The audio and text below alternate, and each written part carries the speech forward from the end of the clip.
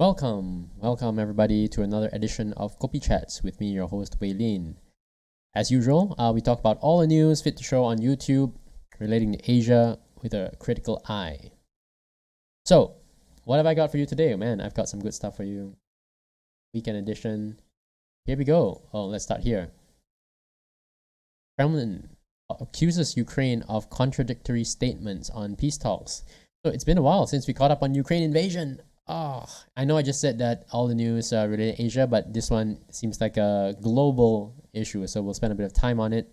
We're looking at Channel News Asia, one of Singapore's most popular news websites, very credible one.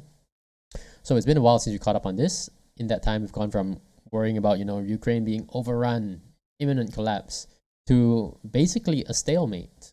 How do I know that it's a stalemate, you ask? Well, let me show you. Here, Kremlin spokesperson Dmitry Peskov said the Ukrainian leadership constantly makes contradictory statements. This does not allow us to fully understand what the Ukrainian side wants. Wow. Isn't that remarkable? Now, if Ukraine was losing, you would expect that they would want to keep negotiating, so they can get some kind of ceasefire, stop the losses, reorganize.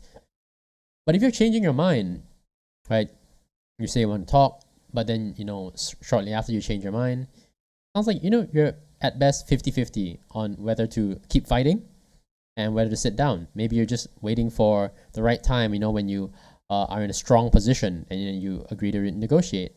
So you're jockeying for position, you're evaluating things. So you're not losing. That's not what losing looks like, right?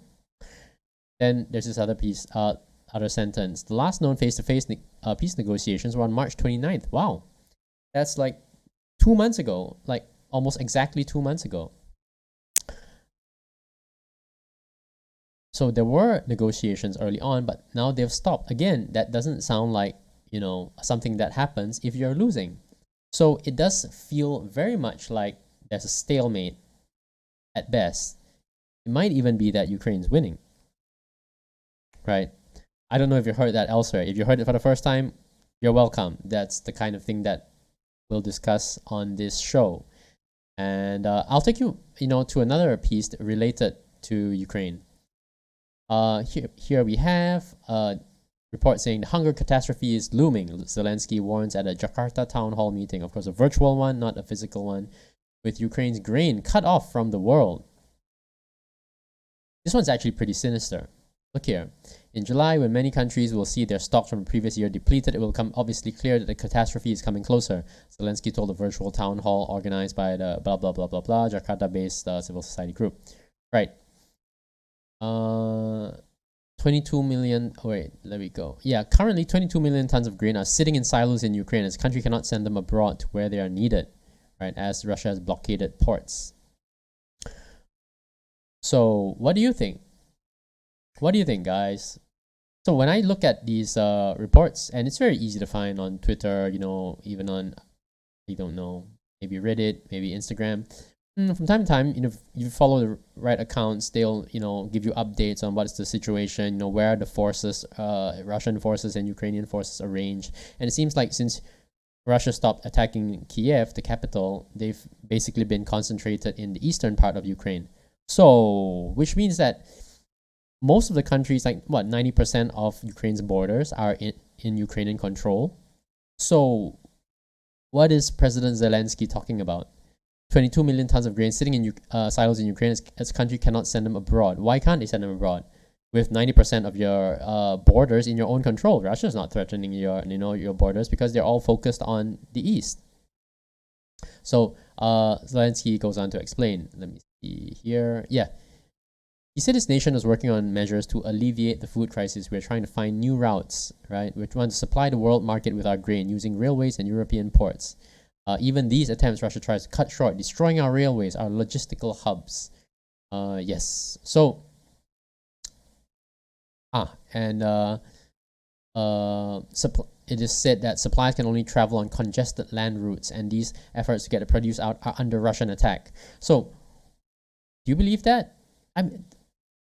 Let's apply a critical eye to this. This doesn't make much sense. I can believe that Russia would target Ukrainian railways used for military transport and military hubs, right? But are you telling me that Russia would risk their military, their planes, their, soldiers for targets that have no military value? So they will destroy Ukrainian grain being sent for export, and risk, be getting attacked by the Ukrainian forces.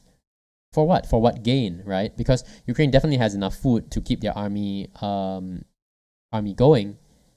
So attacking those grains is to attack exports, and that will hurt other countries. But it's a risk for the Russian forces as well. And what do they gain out of it, right? Nothing. Really nothing. So I find that very hard to believe, right? That doesn't help with gaining territory, doesn't help with destroying the Ukrainian military. So I don't really believe it. So President Zelensky, he said a lot of very iffy things, throughout this whole time. I'm not to say that, I support Russia or anything. I do not. I think that there should be maximum amount of pressure put on Russia's Vladimir Putin to stop, to call off the war, like end it, negotiate peace, stop fighting. But I don't believe for a moment that President Zelensky is angelic, leader of democracy for the world. I don't think so at all. This is very fishy. This is a very iffy thing for him to say, which, just doesn't hold up to scrutiny. All right, so that's what you're getting, when you listen to my show. Moving on. Did you know that this lady here is a famous terrorist? It says here, again on Channel News Asia, Japanese Red Army founder Shigenobu freed from prison. Who is this lady? Well, she's the most harmless looking terrorist you've ever seen. And she has some connection to Singapore, where I live, and Malaysia, where I was born. So let's take a look at this. Fusako Shigenobu, the 76-year-old female founder of the once feared Japanese Red Army, walked free from prison on Saturday after completing a 20-year sentence for embassy siege. She was one of the world's most notorious women during the 70s and 80s, when her radical leftist group carried out armed attacks worldwide in support of the Palestinian cause. Yeah, crazy. Look at this harmless looking lady. She doesn't look like very aggressive or anything, but many people died as a result of her group's activities. Now, let's take, what is this? Oh yeah, I want to say this. It's always the communists, Marxists, Maoists, such people who are advocating change through violence. Funny thing, have you ever thought that you never see a capitalist revolutionary group fighting for revolution to overthrow the corrupt world order and establish capitalism? No. It's always the communists. Fishy. Then this article doesn't really have that much to say. Okay, she apologizes, very Japanese. Half century ago, she masterminded this and that. There was an attack on an airport, former soy sauce worker, and so on and so forth. So it's been 20 years since she was out, at large. And let me just highlight a couple of the incidents. So there was a attack on an airport. Let's see, where is it? In Tel Aviv, in Israel. A machine gun and grenade attack, right? It left 26 people dead and injured about 80. So 100 people were harmed by this attack. And allegedly, she masterminded it. Very dangerous woman, right? And her group, what was called the Japanese Red Army, was very active. And I had no idea that they got as far as Singapore and Malaysia. So here we are. In Singapore, there was something called the Laju incident that occurred in 1974. 4 armed men from terrorist group Japanese Red Army and Popular Front for the Liberation of Palestine attacked the Shell oil refinery in Singapore and hijacked the ferry, the Laju, and then took 5 of its crew members hostage. The government negotiated, resolved the crisis, gave the terrorists safe passage to the Middle East, and secured release of the hostages. And I had no idea. I mean, that's a crazy big deal, I think. Um, Now, this this even had long lasting consequences for Singapore. It led to the establishment of the Police National Service, which is still active today. So Singaporean males have to serve their country either in the army or in the police force for some close to 2 years. When they turn 18, and this incident led to the establishment of the Police National Service. Initially, to raise a sizable source of manpower for the police, in event of crisis, and it continues to this day. Now, there was another terrorist incident, and this time in Kuala Lumpur in Malaysia, the AIA building hostage crisis of 1975. Hostages included the United States consul and the Swedish diplomat. I can't pronounce that. So the gunman won the release of 5 imprisoned terrorists and flew with them to Libya. Again, pretty crazy.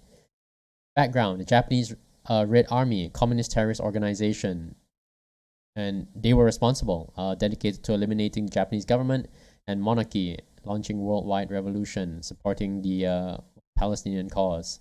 So they are really serious terrorists. They had multiple activities. They killed people in Tel Aviv. They, took hostages in Kuala Lumpur, in Singapore, etc. There's actually a long list. I won't go through it. You can look it up on Wikipedia if you like. But I'll put these links into the show notes down in the description. So if you'd like to follow up on them, please go ahead.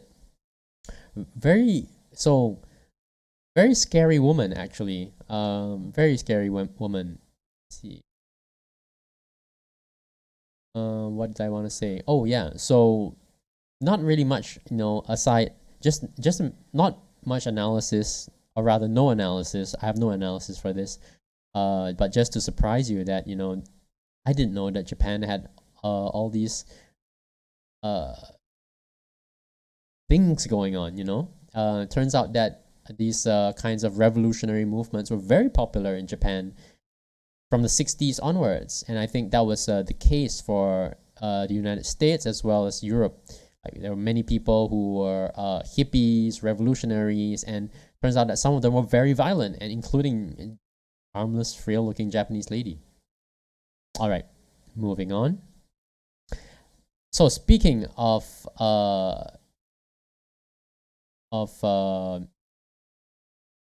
Israel,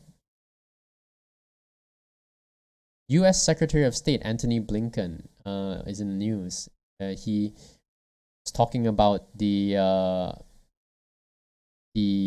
killing of a journalist, Palestinian American, who was working for Al Jazeera, the news organization, Qatari news organization, and he's been quoted saying, "It's important to conclude the Israeli probe into the reporter's killing." This is a dangerous topic that can get me cancelled. Even in Singapore and Malaysia, where political speech is mostly quite tame, talking about the Israel-Palestine conflict can be really bad for you. It can lead to your actual cancellation online. But I'm going to do it nonetheless, of course, and I'll do so with the maximum sensitivity that I can. So let's see here. Secretary of State Blinken spoke on Friday, and he stressed the importance of concluding Israel's probe into the killing of the journalist Shireen Abu Akleh. Let's see. So I have gripes with this article. I have gripes with this report. Now, it's important to take note that it's from Reuters, so it's syndicated from Reuters. It's not something written by Channel News Asia team. And I've said this before that for international news, I believe most of Channel News Asia's content is syndicated, and it's pretty common, right? If you're not like a multinational news organization, you're going to syndicate a lot. But as a consequence, you end up adopting the positions of those same organizations. And you'll see that. And let me point out to you where these misleading, biased statements are. Palestinian authorities said on Thursday its investigation showed that Abu Akleh was shot by an Israeli soldier in a deliberate murder. Huge claim, right? Huge claim. Israel denied the accusation and said it was continuing its own investigations. So I feel that I found out later on that the Israeli side invited the Palestinian Authority to conduct a joint investigation, but this was rejected by the Palestinians. And I feel like that's important context here, right? Because the Palestinian Authority made an assertion and it's presented as such, and Israel denies it. But if you had also told me that, well, Israel offered to conduct the investigation together with the Palestinians and they declined it, that's very important context, because then I come out feeling totally differently, from what is presented here. Here, I come out of it feeling more favorable towards the Palestinian Authority. But if somebody told me that they declined the opportunity to investigate jointly with Israel, I would feel more favorable to Israel. I don't know, what the truth of the matter is, but the way that the facts are presented, it certainly, tends to lead you a certain way. Let me see, what else? Israeli police officers charged at Palestinian mourners carrying the coffin of Abu Akleh before thousands led her casket through Jerusalem's old city in an outpouring of grief and anger over her killing. Right. So, you see here, they just report that these police officers charged her, charged at the mourners carrying her casket. How inhumane, right? Why would they do that? No explanation. They just said that that's what happened. And are they just, oppressing Palestinian people? Well, that's a very common accusation. But even so, this is syndicated from Reuters. Even Reuters' own Twitter account carries a video of the incident, which I will play for you here. Mourners carrying the coffin of... Check it out. Can you see some things being thrown? You can, right? And it looks like there's arguing, some provocation going on. Lots of aggressive flag waving. Right? And then the police move in. So it looks terrible, right? Because the police look like they are beating up an unarmed crowd. But the context here, which you can actually see, is that there were people throwing things, and there's clearly some, very aggressive standoff going on, and people waving these flags, the Palestinian flag. It doesn't look like they are mourners, right? It doesn't look that way. It looks like there's a side of the story not being presented. Of course, I disagree. I don't think that they should be. I don't know why the police charged into the crowd, but the point is, neither do you. We don't know this, and we're not told here. We're just only told this very suggestive, very inflammatory piece of information that the police charged in. Why? Well, we don't know. Did they ask? Did the Reuters reporters ask? Doesn't look like it. There were things being thrown at the police. I'm sure there were, tense words exchanged. None of this, all this evaporates in the reporting that we're given here. Very fishy, right? Let's see. The Palestinian Attorney General, Akram al-Khatib, told reporters on Thursday that their own inquiry showed there had been no militants close to Abu Akleh when she died. Right? Okay, so is there any context, any additional explanation? No, neither above nor below. So, do you believe that?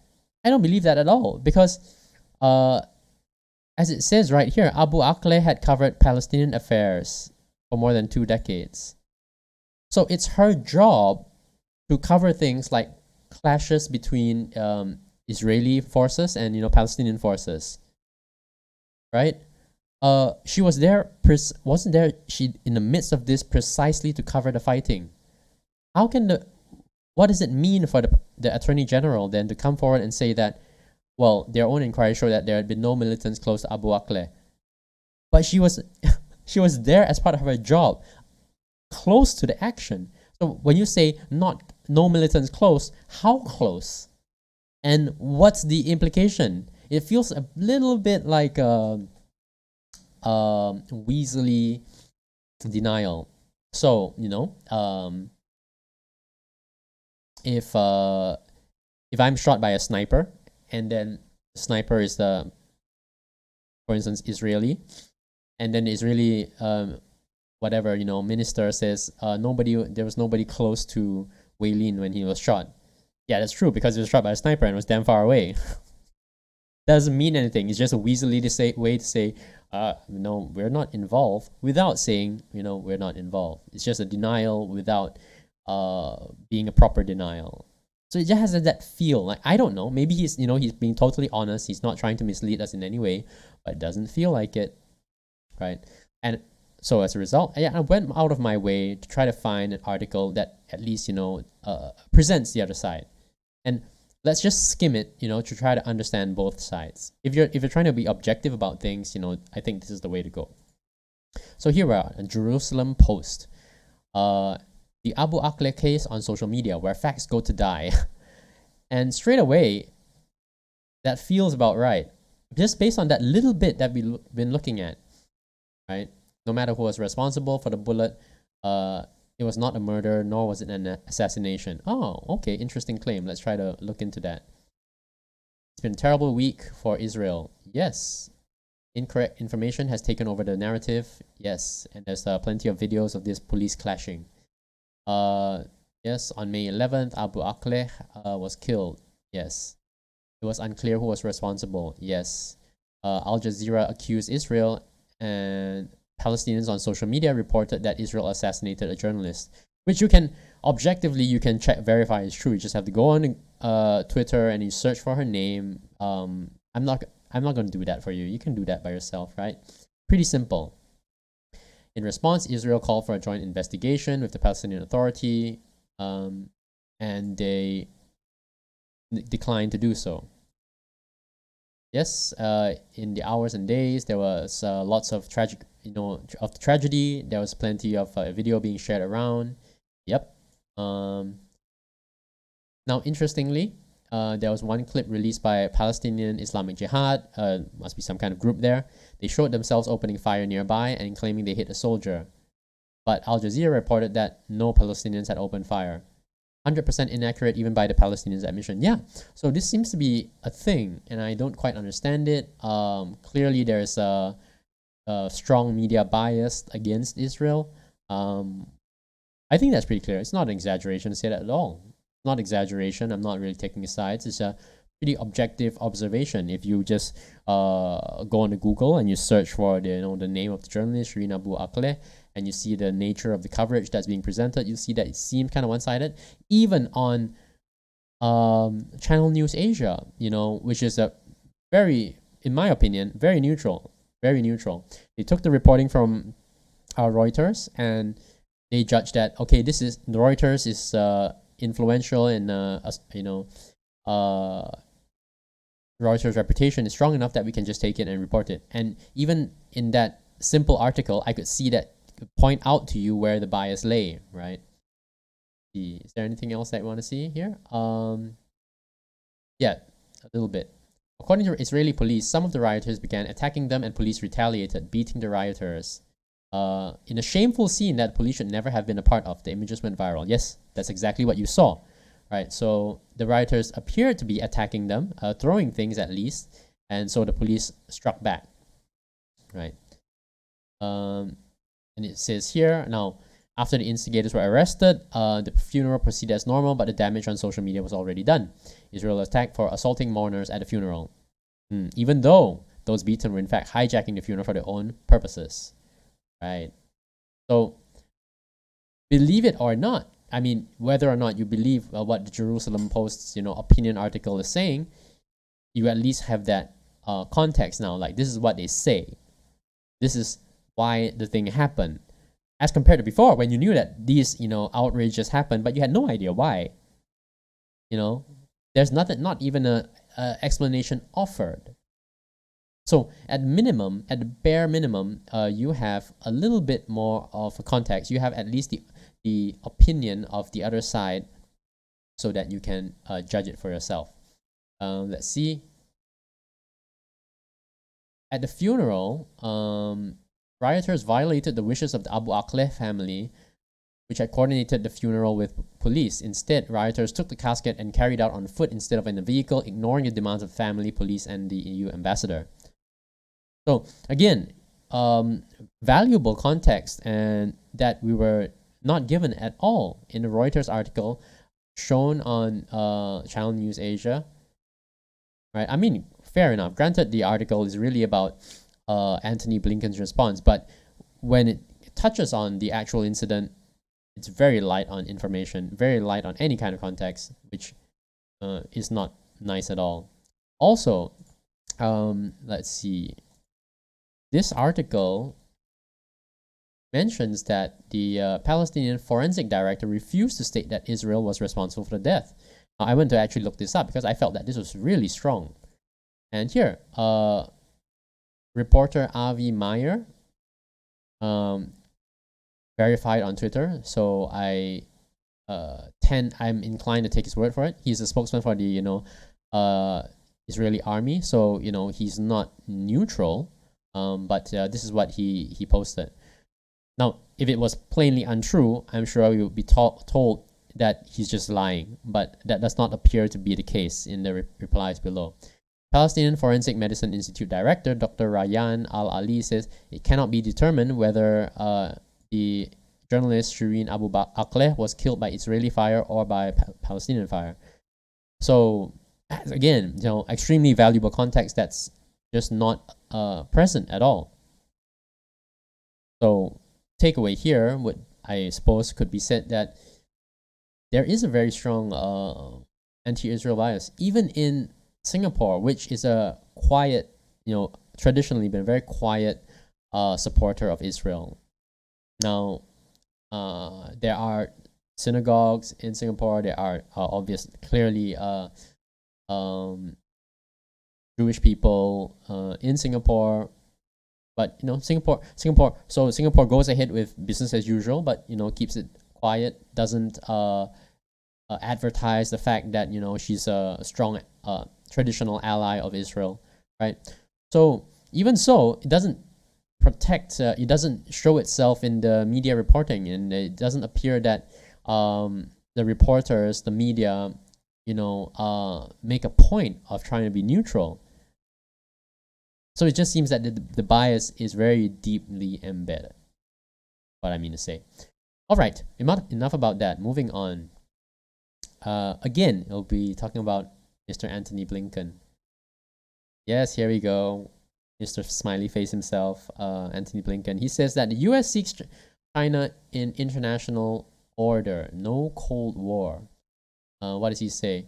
He called for vigorous competition with China, but did not seek a Cold War.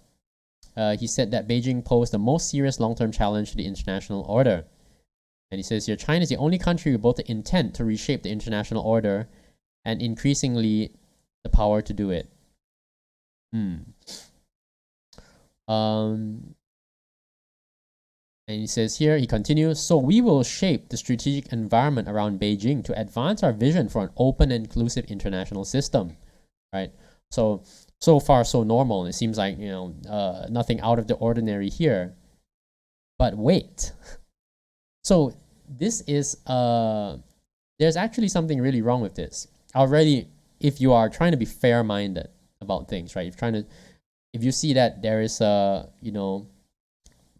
bipolar, like, world order, let's just say that one time, that we may, observe, like, the US on one side, China on the other side, and we want to be fair-minded about it. We want to be fair-minded to both, like, not be too harsh for no reason. Well, famous journalist Michael Tracy had something to say about that. He said that, Blinken announced today that the US will shape the strategic environment around Beijing because under President Xi, the ruling Chinese Communist Party has become more aggressive abroad. Yeah. Curious, has she ever threatened to shape the strategic environment around Washington, D.C.? Right? Isn't that the case? So he's quoted saying, we will shape the strategic environment around Beijing. China's never said that we will shape the strategic environment around Washington, right? Let's see.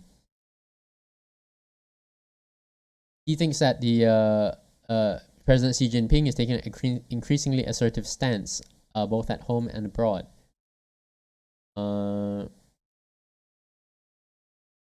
Now, Michael Tracy continues, imagine being part of the same government that contains the NSA, famous for spying, not just on American citizens, but everywhere. So I think it was Edward Snowden, who revealed that the NSA was spying on Americans, allies of America, Germans, Britons, Australians. They just process all the data, and then complaining that China must be confronted because it has perfected mass surveillance. So this is not from the same article, but I think this must have been the same event that Blinken was speaking at.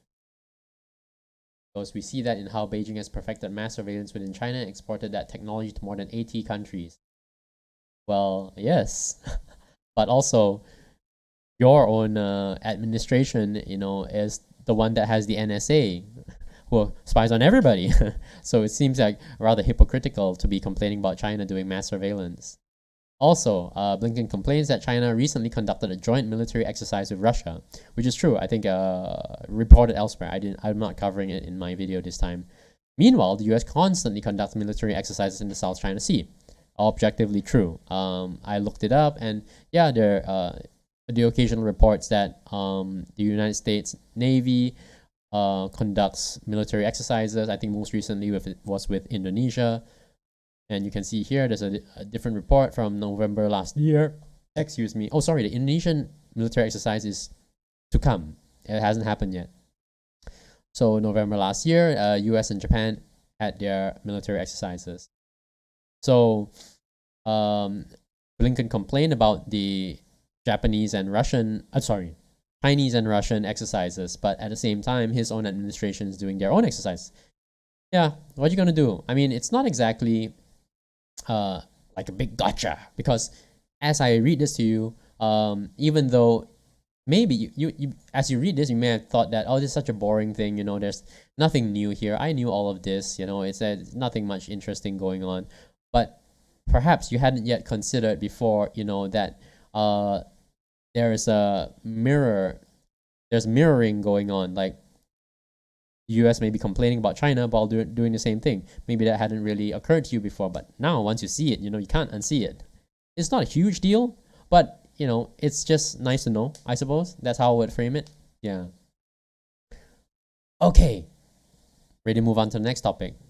Did you know that Indonesia is going to be really big on electrical vehicles now? Really, really big on that.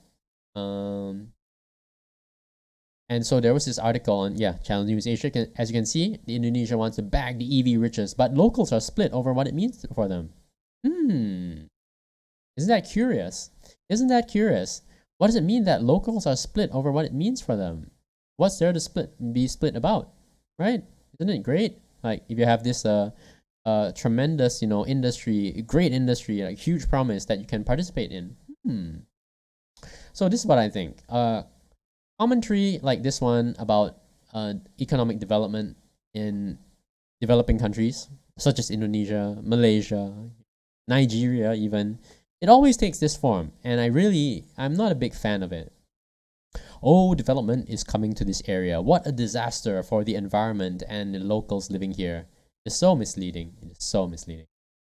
They always take this format. It always starts with reporting that it's a promising development for an area, followed by an introduction to a person or persons who live nearby, describing their life, the traditional life, how wonderful, how idyllic it is, and how it be affected by the development, so maximizing emotional impact, humanizing correctly, right? Humanizing all the people who live around there, and then telling their personal stories, and making sure that the emotional impact is the greatest.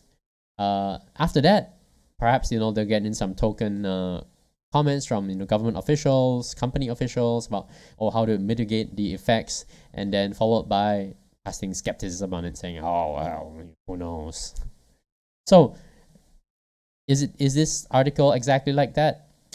I guess you already know the answer. I highlighted some of the excerpts for discussion.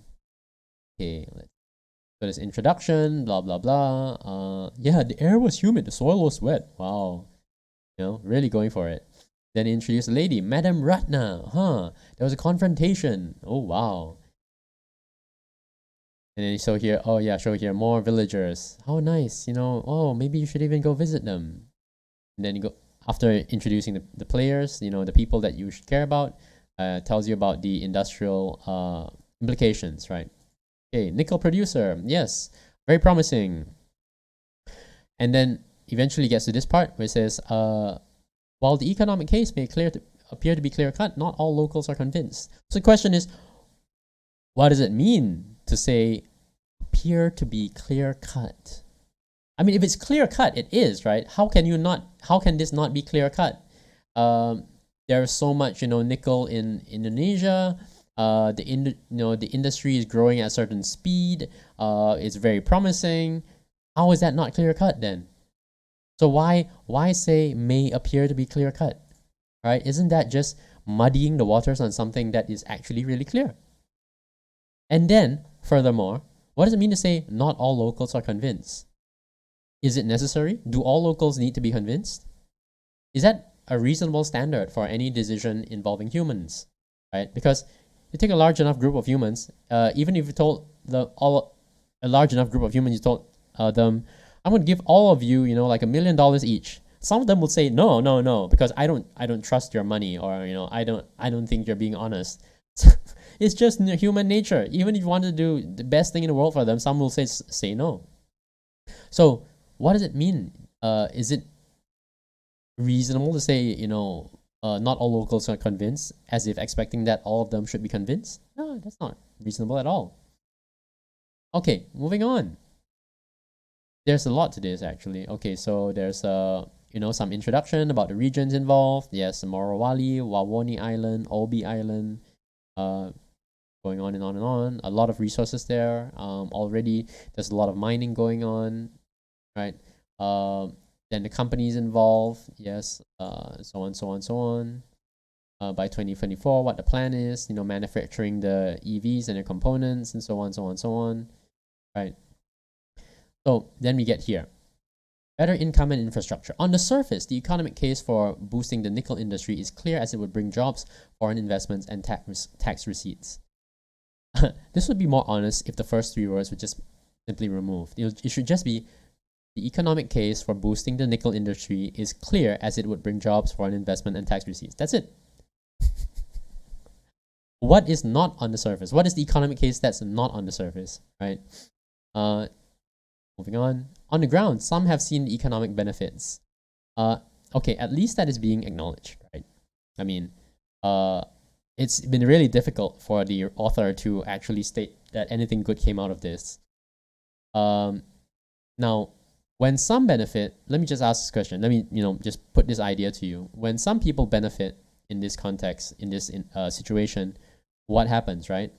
Well, their higher income will then be spent on others as well.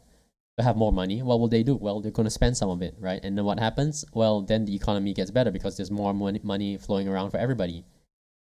An economy is a network, right? So you could very well, it's being really stingy to say, oh, some have seen the economic benefits. But if there are benefits, it benefits the whole community. That's just the way it is. That's just how people spend money, and economies work. Okay, so, and then look at this. You see, there's someone who's saying that there was no internet there, so we built a communications tower and it was finished within a few months.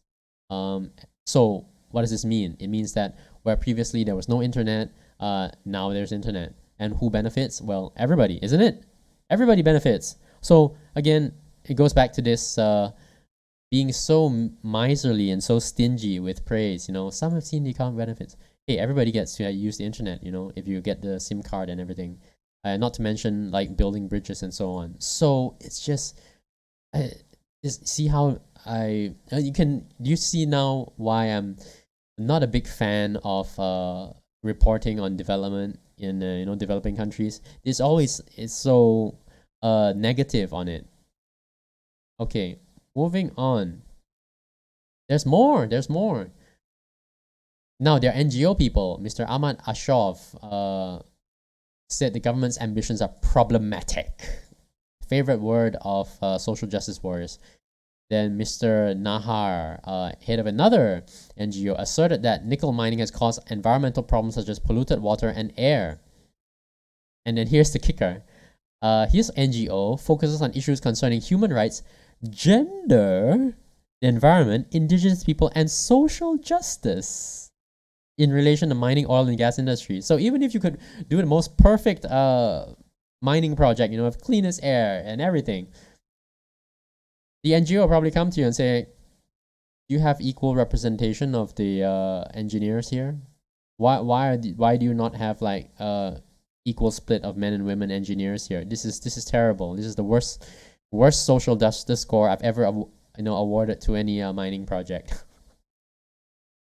So, you know what else is problematic here? Poverty, lack of medicine, lack of education, lack of internet connectivity. I would think that those are way more problematic. So, for instance, I live in Singapore. I'm certain that as Singapore has developed, plenty of villages, forests were cleared out, tragically, never to be seen again. Yet today, the world agrees that Singapore is clean, beautiful, with a high standard of living. Great.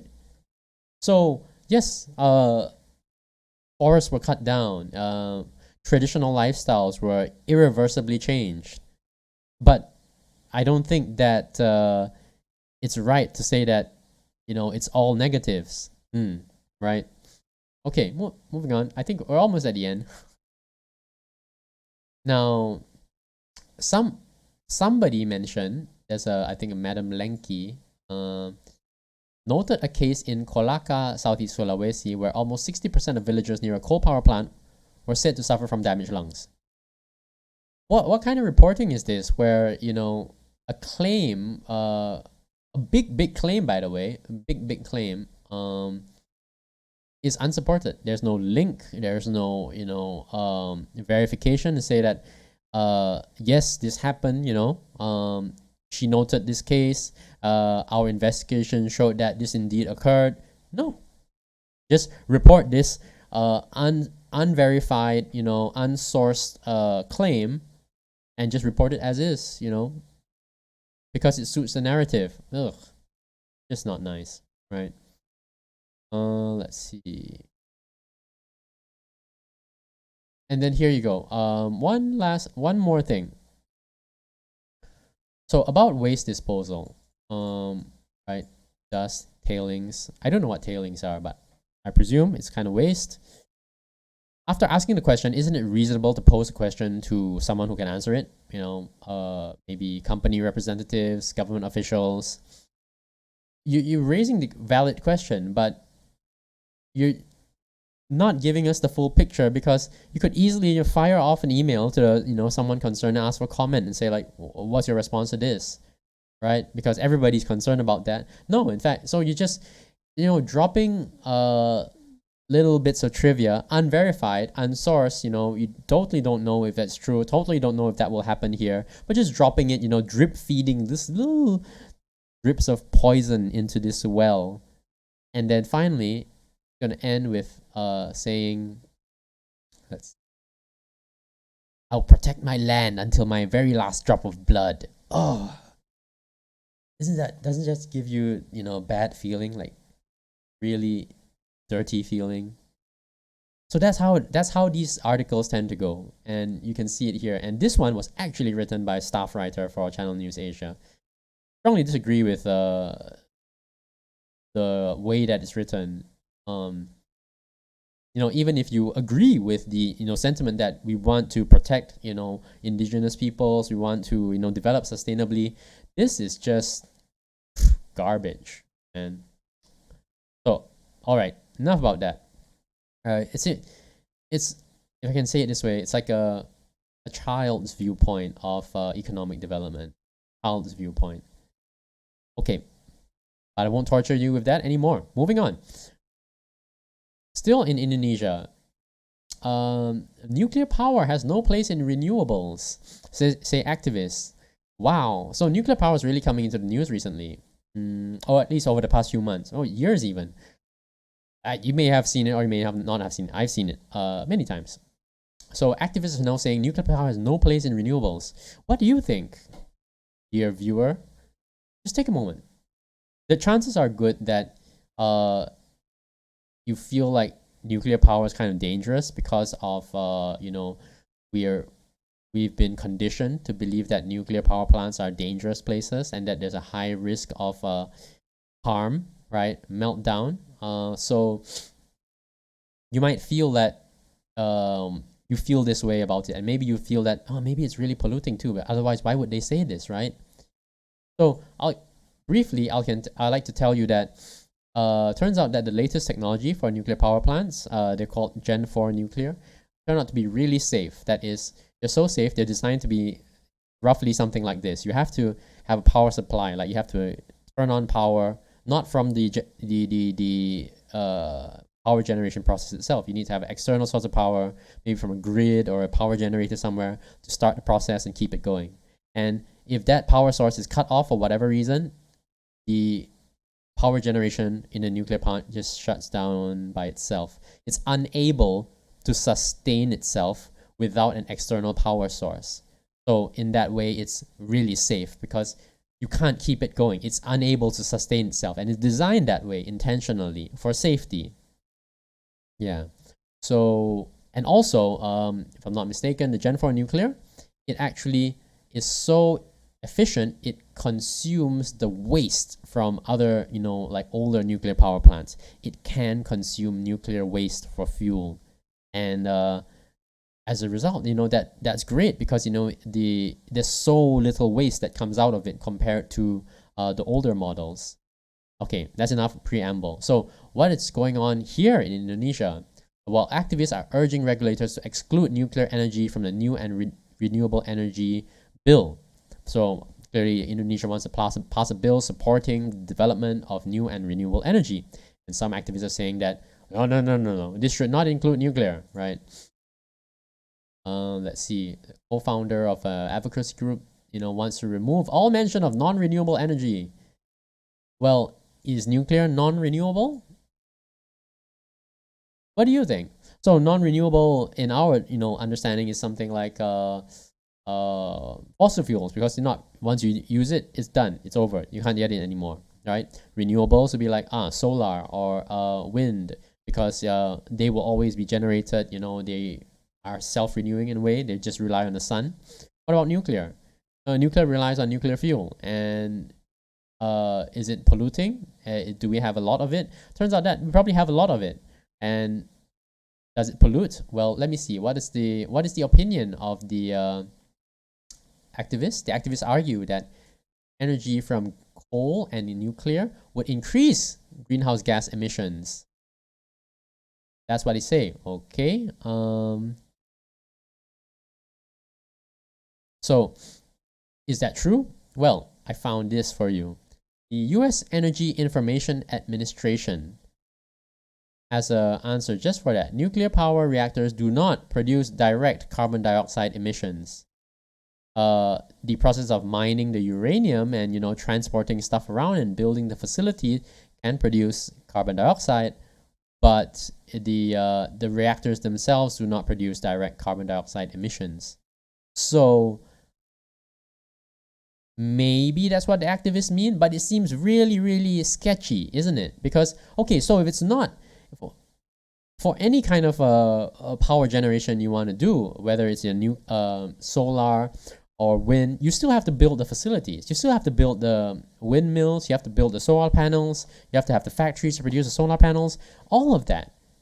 So if that's what the activists mean, this is clearly, scumbag tactics, scumbag argumentative tactics, because nuclear power plants, yes, you have to you have to construct the facility, and that has greenhouse gas, but no more than the other kind, right? And then once it's running, it doesn't actually produce greenhouse gases.